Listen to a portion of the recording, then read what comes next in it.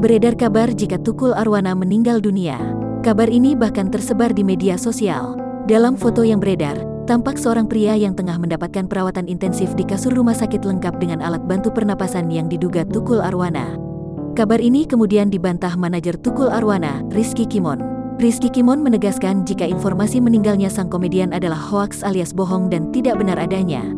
Jadi, saya mau klarifikasi berita yang Mas Tukul, maaf ya, meninggal dunia, itu benar-benar hoaks, tegas Rizky Kimon saat ditemui di RS Pusat Otak Nasional PON, Sabtu, tanggal 25 September tahun 2021, malam. Sang manajer menegaskan jika Tukul kini masih dalam perawatan di ruang ICU namun kondisinya sudah berangsur membaik.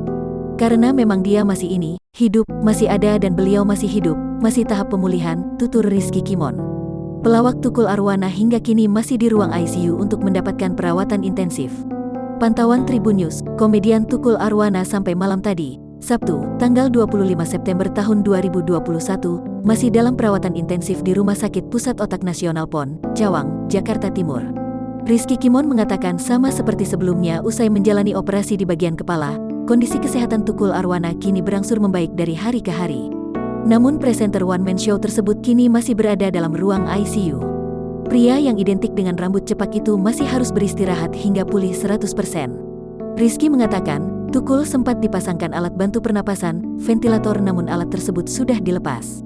Kendati demikian, Tukul Arwana belum dapat berkomunikasi, ia hanya bisa merespon menggunakan anggota badannya yakni mata dan tangan.